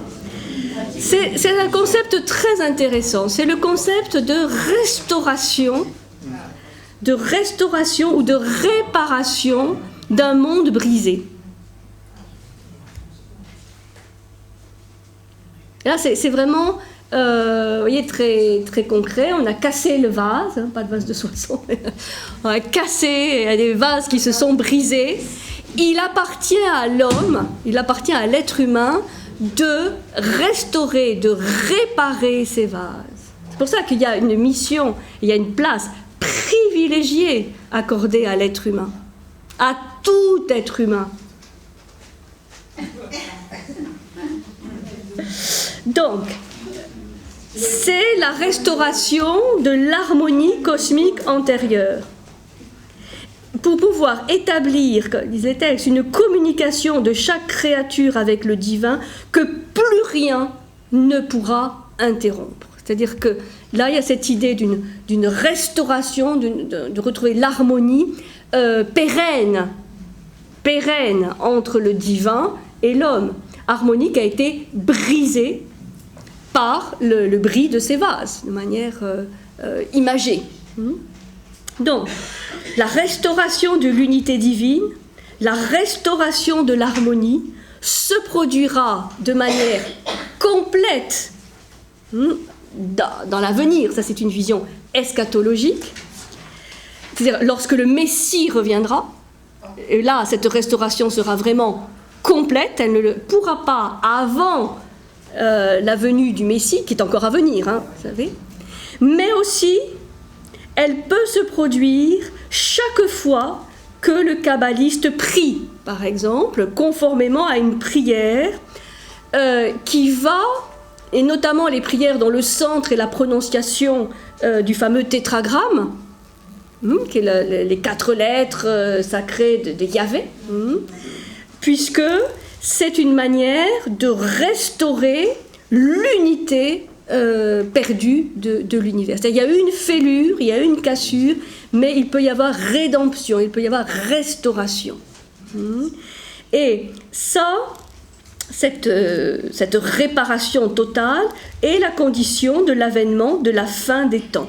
C'est-à-dire que lorsque cette restauration sera totale, complète, finale, eh bien ce sera la fin des temps, puisque là, l'harmonie perdue aura été restaurée. Alors, il y a énormément, évidemment, d'interprétations possibles de ce tikkun. Vous imaginez, c'est des concepts assez complexes.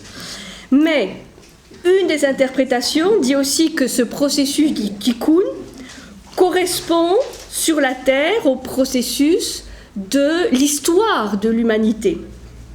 En ce sens, Israël a comme fonction de rassembler toutes ces parcelles de lumière qui ont été dispersées. Ce qui va justifier, mais là c'est au niveau historique aussi, parfois des volontés sionistes. Pour pouvoir rassembler, mais là vous voyez qu'il y a une explication aussi métaphysique, de rassembler ces parcelles de lumière qui ont été dispersées. La venue du Messie signalera l'achèvement de ce processus entamé depuis les origines. La rédemption d'Israël coïncide avec celle du monde entier, dans le sens où l'exil du peuple d'Israël n'est que la manifestation visible de l'exil de tous les êtres. C'est-à-dire que l'exil n'est pas la spécificité du peuple juif, c'est que tout être humain, quelque part, connaît l'exil, puisqu'il a été chassé de cette unité, de cette harmonie primordiale qu'il lui faut donc retrouver. C'est pour ça qu'il y a très fortement dans l'éthique juive cette idée d'exemplarité et de témoignage. C'est-à-dire le juif doit être un exemple et témoigner de cette possibilité donc de restaurer, de rédimer cette harmonie perdue. Donc, c'est tous les êtres qui sont en exil, à commencer par celle du divin au moment des bris du vase, c'est-à-dire que cette cassure, cette fêlure, certains vont la situer très haut dans le divin. C'est-à-dire que c'est un divin qui s'est rétracté, mais dont peut-être certaines choses ont échappé. Il n'y a pas forcément cette idée de toute puissance, de toute façon, tout est de la volonté divine. C'est plus complexe. C'est plus nuancé, c'est plus complexe. Alors, cette Kabbale lourianique enseigne aussi la transmigration des âmes. Ça, non, c'est toujours la Kabbale lourianique. C'est pas un thème essentiel, mais on va trouver dans certains textes la notion de transmigration des âmes, qui donc n'est pas une sanction. C'est comme l'exil, c'est pas une sanction, mais plutôt une mission donnée aux kabbalistes, partout où ils se trouvent, de rassembler les parcelles de lumière dispersées parmi toute l'humanité. Donc, il y a vraiment une... Ça ne peut pas avoir avec la transcendance, mais est-ce que, parallèlement, si tu veux, au destin du Christ et de Judas, ça ne pouvait pas être autrement pour justifier le destin d'Israël, comme après on justifie le destin de Christ, sa mort sur la croix. Est-ce que ça ne pouvait pas être autrement? assurer cette figure. Oui, disons, dans le processus décrit par ce courant de Lacan, ça ne pouvait pas être autrement, puisque il y a cette idée vraiment d'une émanation, à partir du moment où il y a un schéma d'émanation, il y a forcément le chemin du retour. Et donc il faut pouvoir expliquer les conditions du retour, de l'ascension, et comment ça va se faire.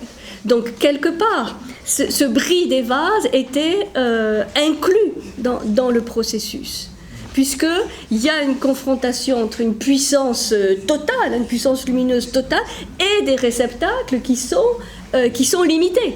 C'est une confrontation entre un infini et un monde fini. Donc forcément, l'unité va exploser. Et il va falloir la reconstituer pour signifier ce chemin du retour, qui est une des caractéristiques de cette forme de pensée ésotérique. À partir du moment où il y a le monde des médiations, le monde intermédiaire, les correspondances, et qu'il y a ce processus vraiment très plotinien d'émanation, forcément le retour. Donc les textes vont expliquer ça comme une nécessité. Et après, il va y avoir d'autres explications plus morales, ou plus moralisantes, ou historiques, par rapport au peuple juif. Ça va vous donner aussi cette notion parfois de peuple élu.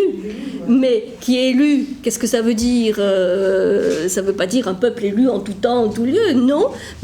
Par contre, par rapport à cette responsabilité d'exemplarité et de témoignage, oui, il peut y avoir une mission, je peux se sentir mandaté d'une mission par rapport à cette récupération des parcelles de lumière. Pour justifier l'effort humain. Oui, alors après, disons, soit on le voit de manière métaphysique, en disant, de toute façon, dans l'homme, il y a un besoin métaphysique de comprendre les structures intimes de l'univers et de l'homme, donc il va y avoir certains schémas. Soit après, on peut aussi, disons, l'attitude inverse, de dire, bon, de toute façon, tout ça, c'est pour justifier des éléments historiques, ou des éléments éthiques, ou des éléments de pouvoir, enfin, voilà. Et c'est les deux.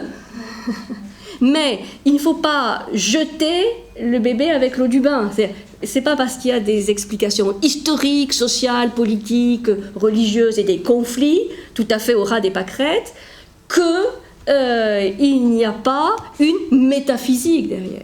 Et ça, c'est le propre justement de la pensée, la forme de pensée ésotérique, c'est-à-dire de voir comment dépasser une interprétation simplement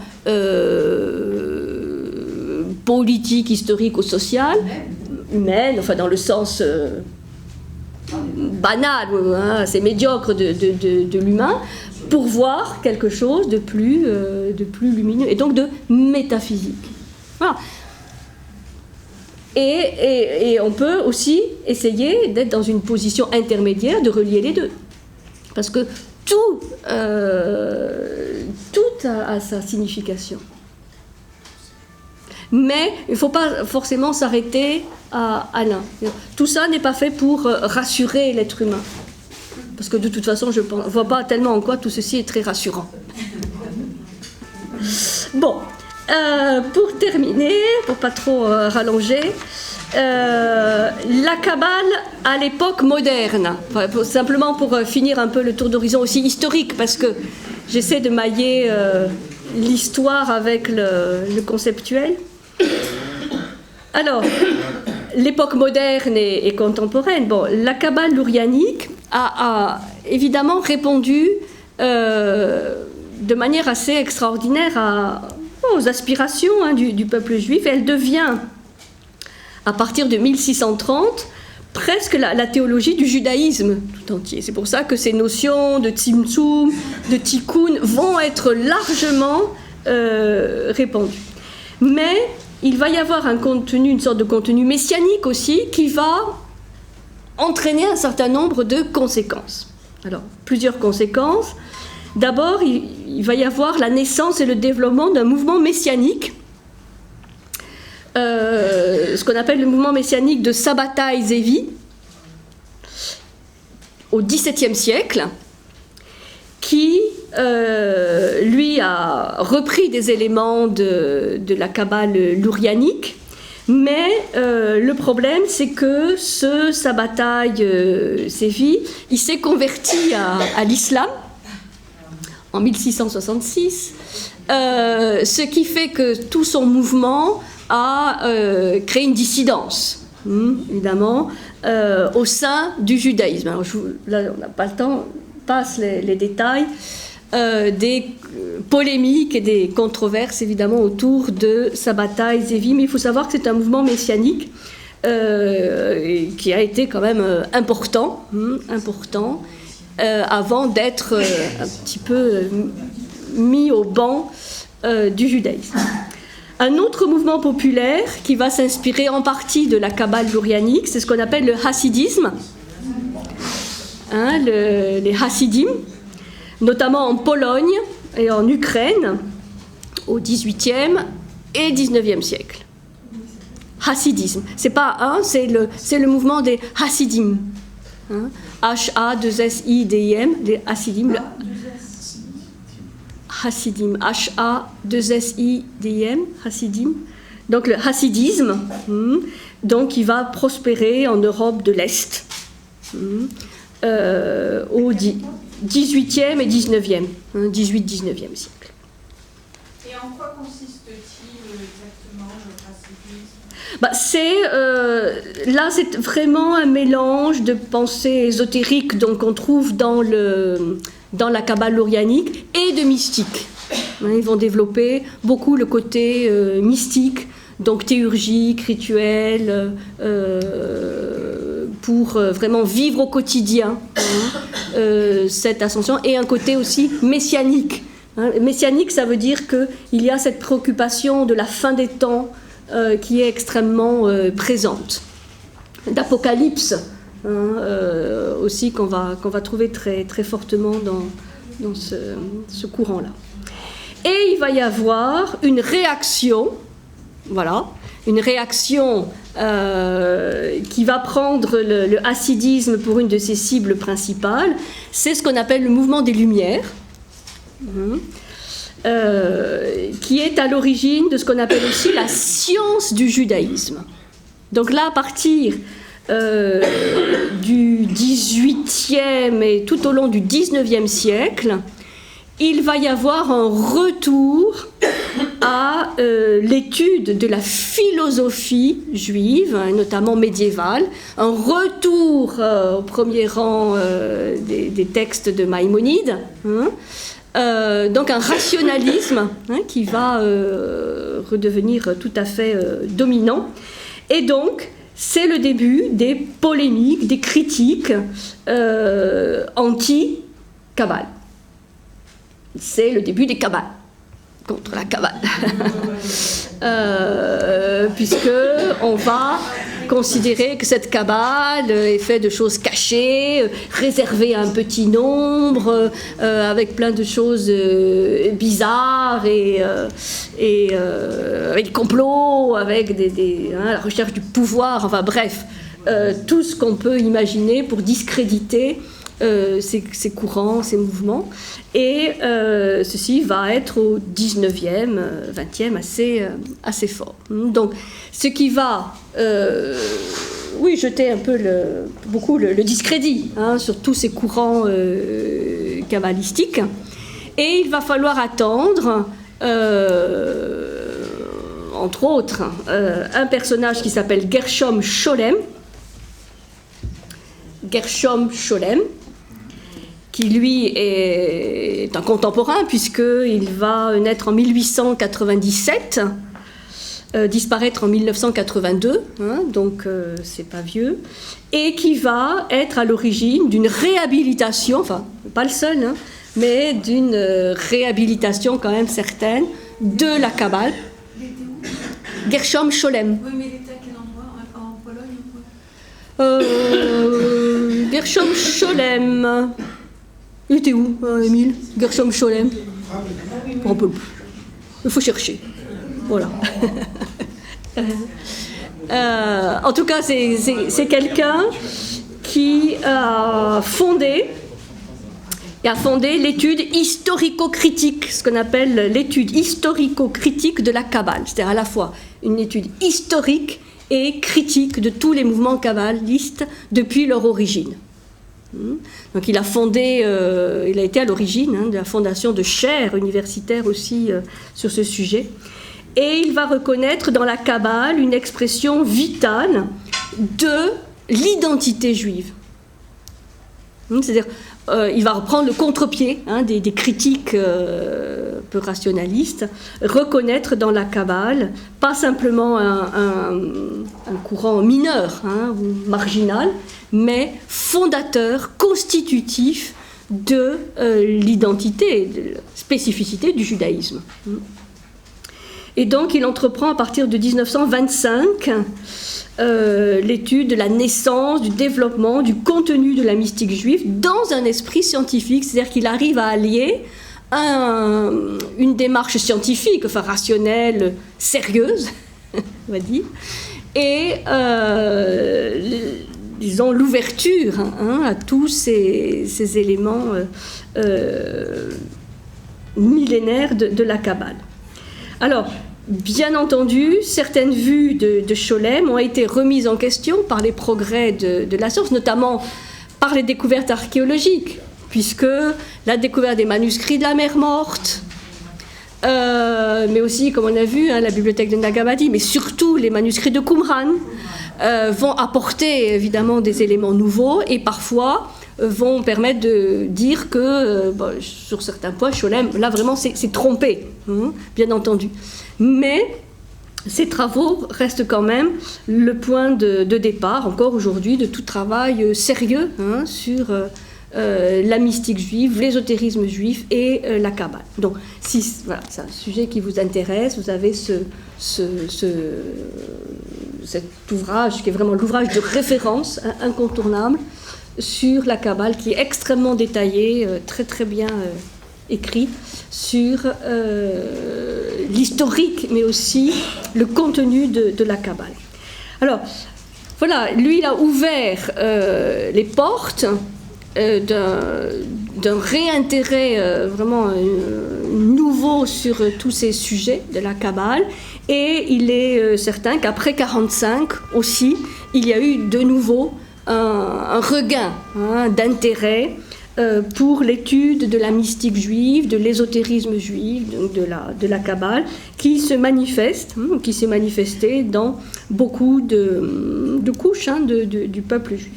Ceci explique la réédition dans les 50 dernières années, et la rétraduction et la réédition depuis les années 60 des principaux textes que l'on a aujourd'hui à disposition pour étudier cette pensée et traduction dans la plupart des langues européennes. Mais vous voyez, c'est quand même assez récent.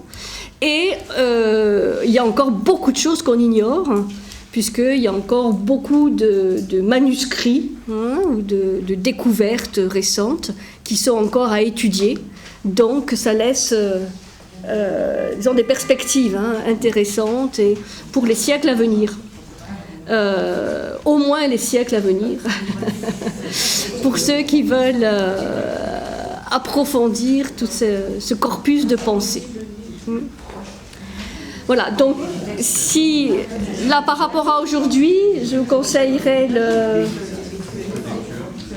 le petit Zohar présenté par Scholem, et là la Kabbale de Gershom Scholem plus important. Et il y a aussi ce petit que sais-je, la Kabbale de Roland Goetschel, qui est très bien fait, qui est très. Alors, si vous avez 3 minutes, je vous lirai un dernier texte qui peut peut-être vous intéresser, tiré de la Torah, du Zohar.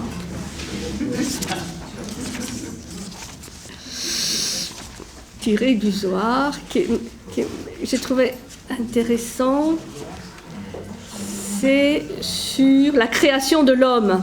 Je me suis dit que peut-être ça c'était quelque chose qui pourrait vous intéresser. Bon, c'est un petit peu long, mais je pense qu'en 2-3 minutes, je vous le dis. La création de l'homme.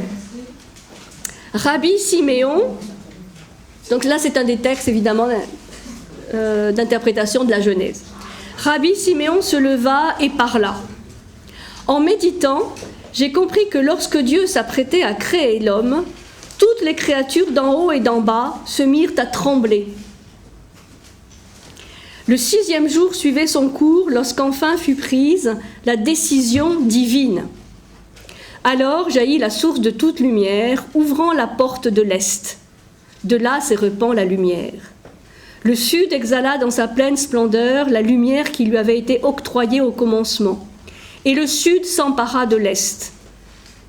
L'Est s'empara du Nord, et le Nord s'éveilla, s'étendit et cria vers l'Ouest pour qu'il le rejoigne.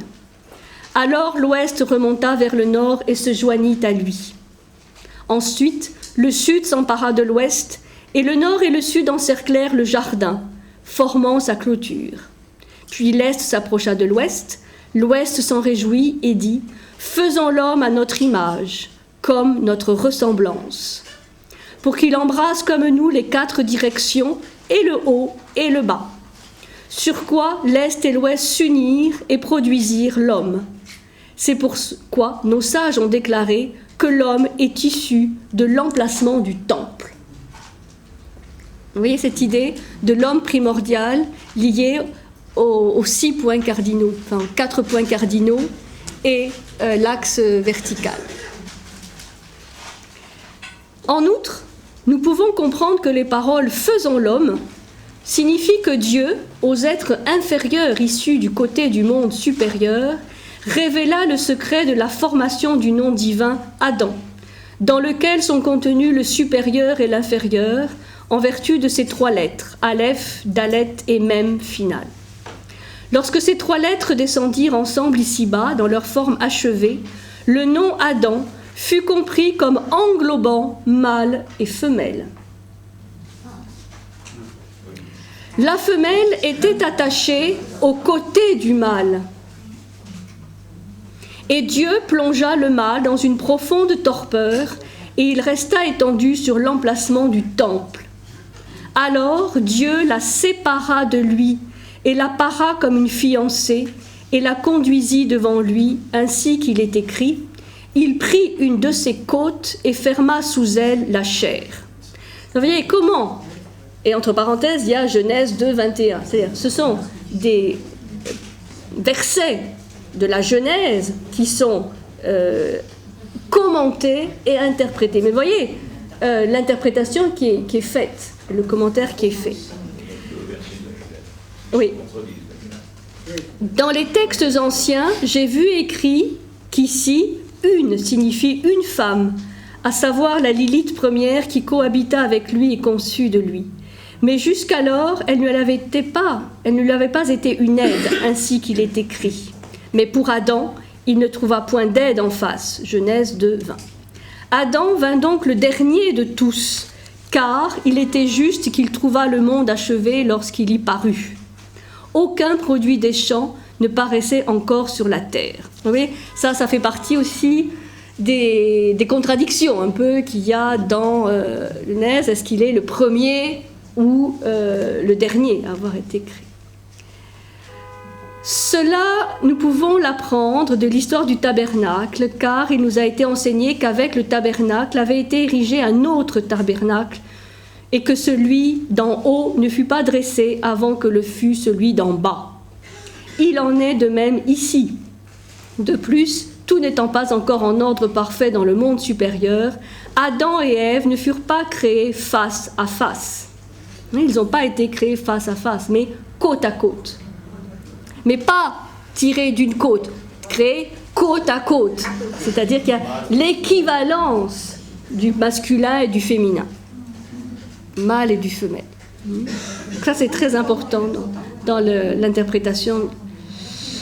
Ève fut devenue parfaite avant qu'il devint lui aussi parfait. Une autre preuve est fournie par le mot Yassikor, et il ferma, où pour la première fois dans ce passage apparaît la lettre qui signifie soutien, aide, comme pour dire que mâle et femelle, ils se soutenaient maintenant l'un l'autre, de même que le monde inférieur et le monde supérieur se soutiennent l'un l'autre.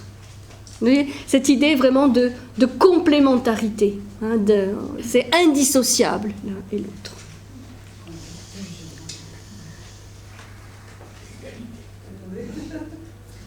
Voilà, bon, disons, c'est...